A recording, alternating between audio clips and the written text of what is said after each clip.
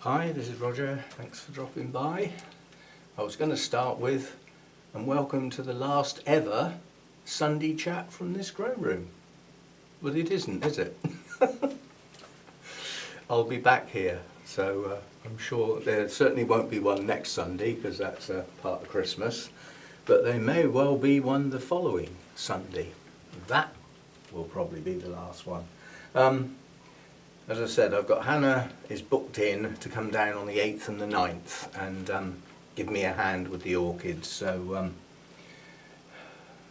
there's nothing to prepare, really. It's just get on with it, but there's no point in starting. It's one of those jobs that you have to start and finish all over a period of 2 days with any luck. If there's a few bits and bobs left here in, sort of pieces of kit that I don't need yet, I can always come back and get them. But the important bit over that weekend is to get the orchids and the essential kit moved across and set up and running. So that's that job. So that's sorry that's not coming around quicker. I know there's a lot of people looking forward to filming that bit, but you might not get quite as much filmed because Hannah's helping me. She doesn't like being on camera, so we shall see.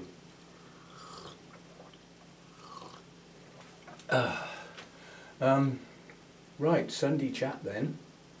I'm going to pass on my advice for moving house.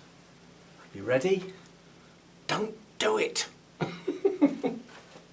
I must admit, well, probably when, I can't say if, can I? When I have to move again down the line, it will be an awful lot easier because I've spent most of my time this time sorting stuff out and getting rid of rubbish. Well, that's not moving house, is it? I know it ends up being part of it, and I'm sure anybody who's done it before had to go through that phase. But having done it, the stuff that ends up at the new place is what I want and what I need. Nothing spare, no extras. Just the basics. So if and when I have to do it again, providing I don't turn into a squirrel and start collecting clutter in the meantime, then the next move should be relatively straightforward. First of all, I'll know what I've got, I'll know where it is, and I'll know what I need to do to pack it up and get it on the move. So there's some stuff I've got that I'd rather not have, but I'm obliged to keep it, like the sound system for the Bournemouth Orchid Society. That's a great big speaker and a pole to put it on, and it's not my stuff, but I'm looking after it. And then there's the Wessex Orchid Society Treasurer's stuff. Most of that stuff is in box files and it's historical. It goes back to 2007 or something. Well, I don't want that, but I'm obliged to look after it. So I'm going to have to find somewhere. I'll find a shelf for it, and it can go there and it can live there and collect dust because it will never get looked at ever again. The only stuff that people are interested in the Orchid Society is the last few years. And I mean, yesterday I actually did an update on the day book to actually put the Christmas do raffle in. The amount we took, the expenses, leaving the profit. So I'm getting there. Today I've got a run to do as soon as I've sorted this out. I'm rushing to do this simply because at the moment the internet's still there. If I can get this loaded on the internet, then that's that job done for today. If I leave it and go and do a run and think that's all right, I'll load it onto YouTube later, the chances are the opportunity will be lost. So I'm doing it now, and I will be keeping it short as a consequence. If I can get that video loaded, then I won't have any internet until sometime tomorrow, and I won't be filming for a few days. The plan is to go tomorrow. The only things left in this house, there might be an odd box or two, but nothing much, will be the TV and the TV stand. That'll be all that's left in the lounge. My laptop, remote control. I'm not getting out of the chair every time I want to do something. A few items of clothing from upstairs, not much, dressing gown, things like that I'll need for the morning. and the few items that I'll need in the kitchen just to tide me over till I do finally go, which will be the kettle, coffee, sugar, milk in the fridge. All the other food will be gone. I've got a pizza for tonight, which means I'll have to keep my halogen oven to cook the pizza in, but I don't need a plate, don't need knives and forks, so, you know, tomorrow morning there'll be very, very little to go, and the idea is to just pack up the cats in their crate and go and get them out of their crates, make sure they've got some food, make sure they know where their litter tray is, and just be there with them for several continuous days and just let them get used to the place and the fact that it's okay. You know, I'm still there, they're still getting their food, everything's okay. Cats adapt very quickly, so a couple of days should do it. And the idea is that I watered everything yesterday. I've got a horrible job on Thursday. I've got to go and get all the Christmas food, and I'm going to have to go and get it rather than have it delivered. All the delivery slots were booked up so far in advance. I didn't know those slots had been made available, so I didn't even get a look in. So I'm going to have to go and get it. Now that's a 5 o'clock in the morning job. 2 reasons.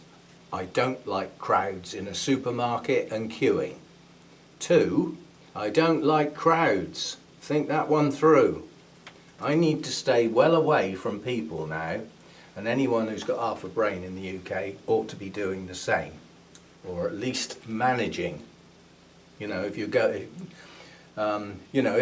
to a function or something or other that you're obliged to go to, and there's going to be quite a few people there, you don't need to hug and kiss. Just let it go.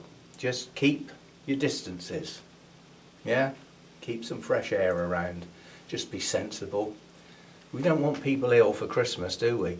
Think how, you know, that one function that you went to, oh, I met some friends at the pub, we had a laugh, and I've got COVID and I can't see my family this Christmas. Think it through.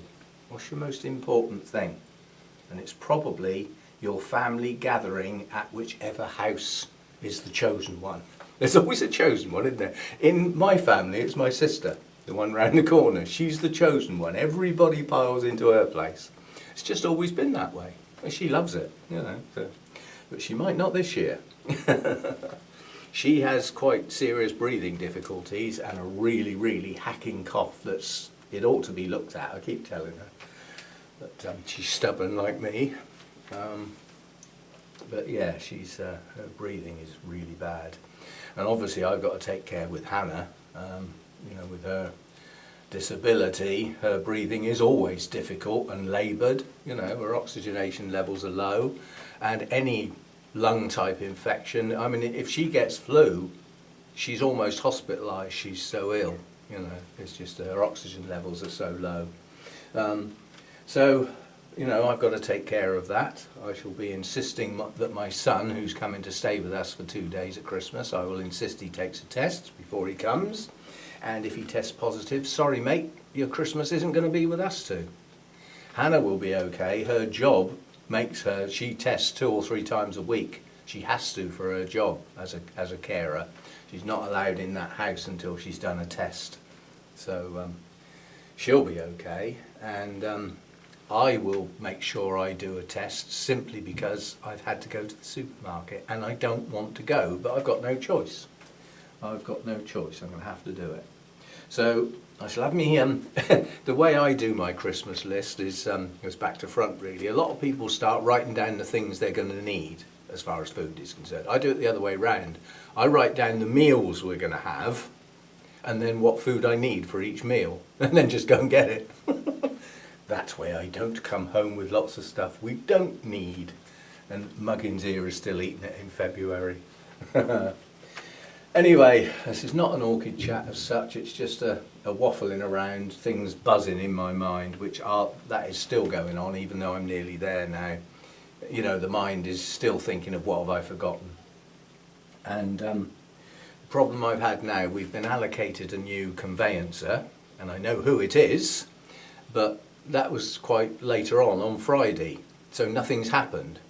And I might not have the internet for most of the day on Monday. So I'm not going to even know if they've got in touch, with another load of forms, no doubt. It's got to be done though, that other lot was just a waste of space. You can't go paying people good money for a service that you're not getting. Here's a good one.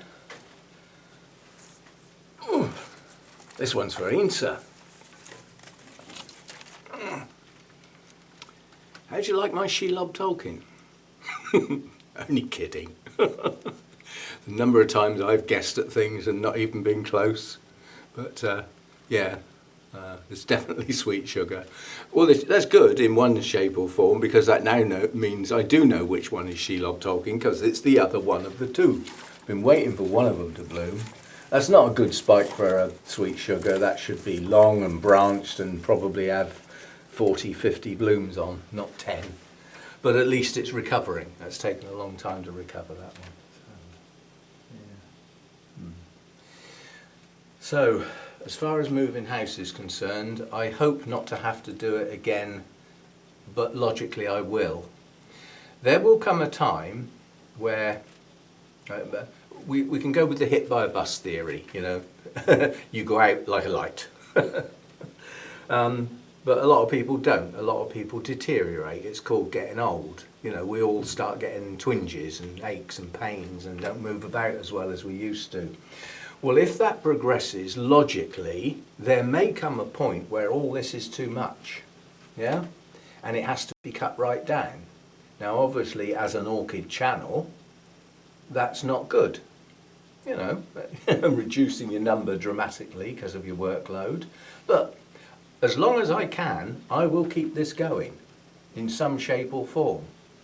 Oh, that's a point. Have I got a spare box? I need to take my Phalaenopsis over with me, because obviously the heating in this house will be shut right down to minimal. I don't want them getting freezing cold day and night, so I'll have to try and get a box and take those over today. Yeah, because I won't be coming back till later in the week, so yeah, I'll think about that. I might wait till I do come back later in the week. They'll be okay for a couple of days. We shall see. Yeah, so, you know, the channel will go as long as I'm basically on my feet and capable of doing it. And I mean, at the moment, I'm not showing any signs of, you know, I mean, coming down the stairs first thing in the morning, my knees twinge a bit. And Hannah, last time I said about that, I said, oh, that's new as well. And she said, you want to think yourself lucky? I know people your age that are decrepit. Oh, cheers. But, yeah, I mean, at the moment, I'm going along okay. Touch wood. That's not real wood, but it'll do. Touch that. That's wood. Yeah, so I don't even know what that expression is. It's a silly expression, you know. So-and-so, touch wood. Why? It's as daft as chucking salt over your shoulder and all these funny little things that are, you know, hysterical, really. Yeah, so I'm okay in my head with getting this lot moved. I know roughly what's got to happen. The crates that we use to take all the spare pots and stuff over have got to be emptied and brought back. They're needed. And quite a lot of the things that I've taken over in cardboard boxes need to be unpacked. Well, they've got a long time to be unpacked before they're needed back here to put orchids in. So that's not even on the list to do now. The thing I've got to do today is I've got a carload ready to go. Once I've sorted this out, stop waffling and get on with it, boy. Okay. I've got a load ready to go. I will get that loaded up in the car, get it across, get it unpacked, and then I have a job that I absolutely must do. Not quite sure how I'm going to do it yet. It's dawned on me that there's some extension leads missing, you know, where you plug one in and you get 2 or 3 on the other end. And Hannah had those a while back, and I remember at the time saying, well, if you take those, because you can use them now, and if I need any later, I'll get some more. Well, I haven't got some more, so I'm short on plugs for the lounge, things like plugging the Christmas tree in and things like that. And more important than any of that, I have to get the freezer working today, and the lead on the freezer won't reach the socket. So I need an extension lead. Now there's one there on the floor that currently has the charger for the Hoover, so what do you call it, wireless Hoover, the charger for my phone, and there's a charger for something else. Oh no, it's my what do you call it, lamp, my salt lamp. So that's 3 minor electric uses in a single extension lead. Well, because lots of other stuff has been unplugged, I've got spare sockets now for things like my phone charger and stuff like that. So I can take that one over, that will get my fridge working. Longer term, I will extend the lead, you know, actually put a joiner on it and extend it sort of, you know, along the very edge of the carpet so that it doesn't show. And then that will go round behind whatever is in that corner, which at the moment is a piece of furniture and might end up being a chair or a settee. Depends on whether I do change my mind about moving that round or not. I might live with it as it is. I've got enough to do without starting to worry about that. And just leave it for now. It'll do. It'll work as it is. And then perhaps Boxing Day, after we've used it for Christmas Day and had a think about it, if we decide to change it round, Tony's there. And quite honestly, he could probably lift most of it on his own and not need any help.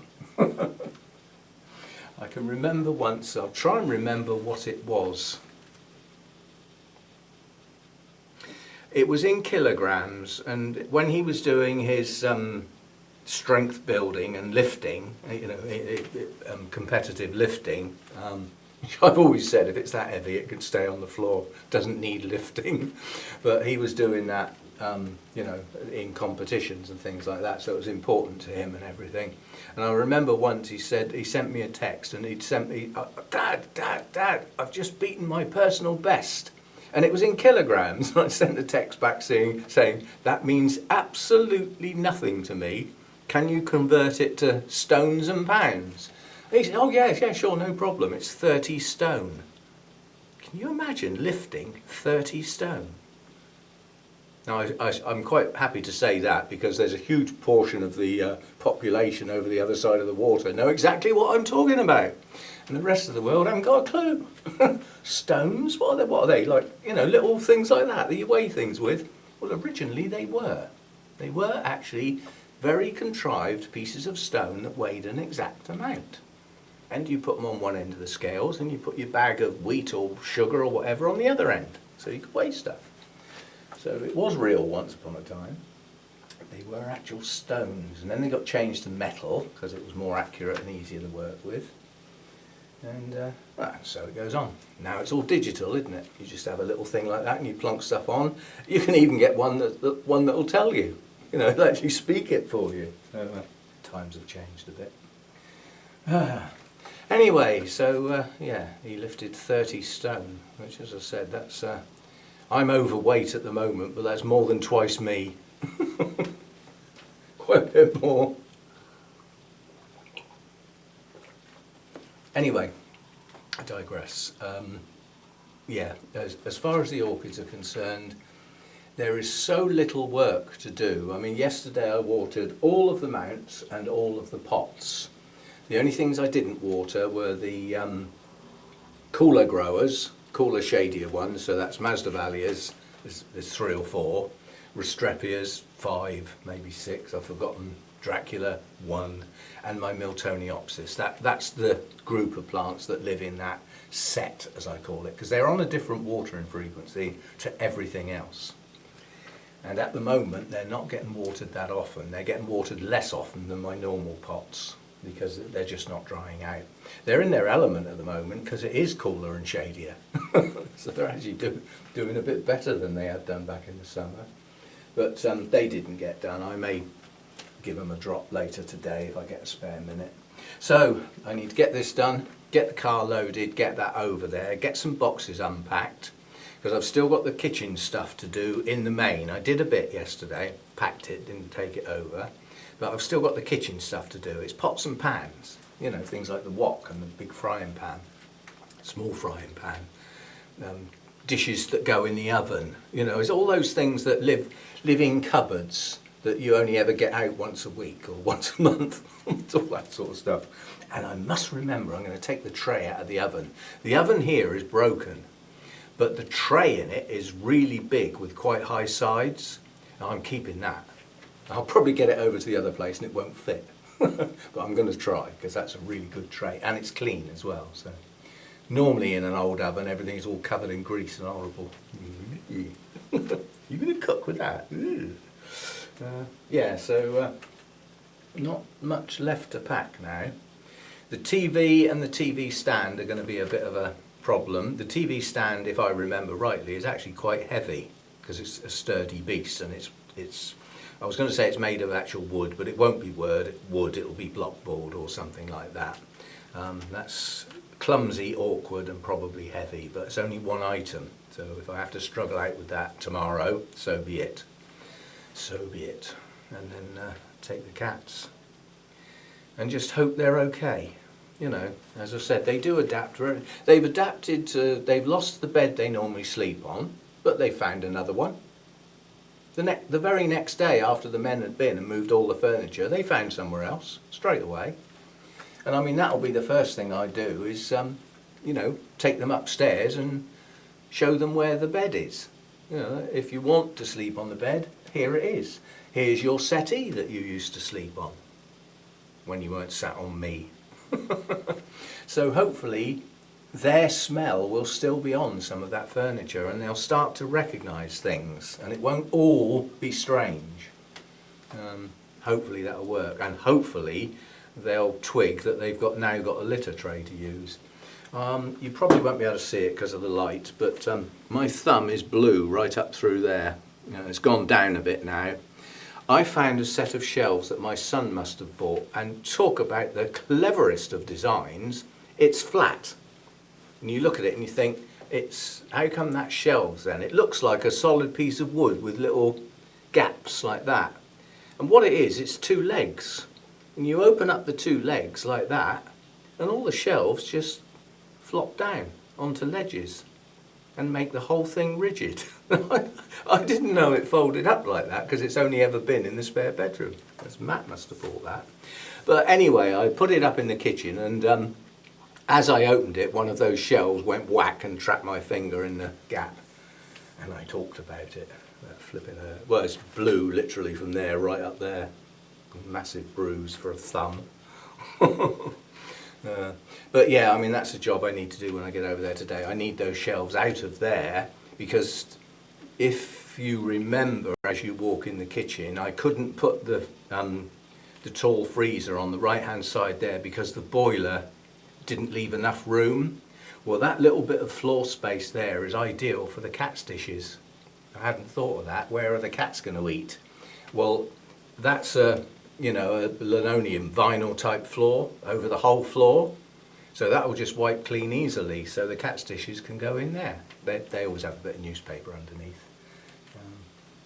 So that's their dishes sorted out. I haven't quite decided. I think the litter tray for now is just going to go in the hall. I need it to be very visible so that they can't like forget, if you see what I mean. You know, when they come downstairs, there it is. If they're going to go upstairs, there it is just before they go. You see what I mean? And then what I'm hoping to do is move it slowly into that downstairs toilet and then hope that one day they might twig they can use the cat flap. But I wouldn't want to shut them out on the risk that they're going to use the cat flap and then end up with little presents, as one does.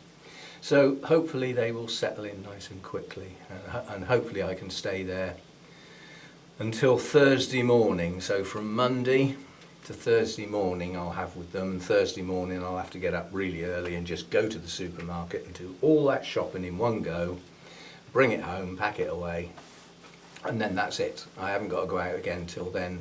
The Friday afternoon I will go and get Hannah. She'll be working Friday. So I'll pick her up sort of mid-afternoon and come on back. And that's it then. I'm shutting the door. That's it. I'm not going out. Not visiting friends, not going round, you know, oh, here's your card and a little something.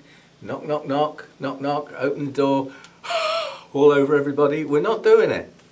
No, we will have us three in the house. Now, last year we had regulations telling us all about that sort of thing. They're being very loose this year, in my opinion, because they're not setting any regulations. They're telling people to use your common sense based on what was necessary last year. So it's not like you haven't heard of all of this. You've heard of it all before. You've been told. Now it sounds like, not definite yet, that this new variant, although much more contagious, so you've got a much bigger chance of actually catching it, you've got a less chance of actually becoming seriously ill and ending up having to go in hospital or even worse. But that's not the point. The more people that have got it, the more people will get it. And the more people will get it, the more chance there is of somebody who can't handle it getting it. And they will end up in hospital or worse. And it'll be your fault. Well, not you specifically, sorry. Our collective fault. So just be sensible. I think the worst thing people can do is just keep going round lots of different households. You know, because it only needs one person in one of those households to give it to you, and you're then going to take it to all the others. You know, so be sensible, and let's all come out the other end fit, well and healthy, and having had a quiet, cosy little family time.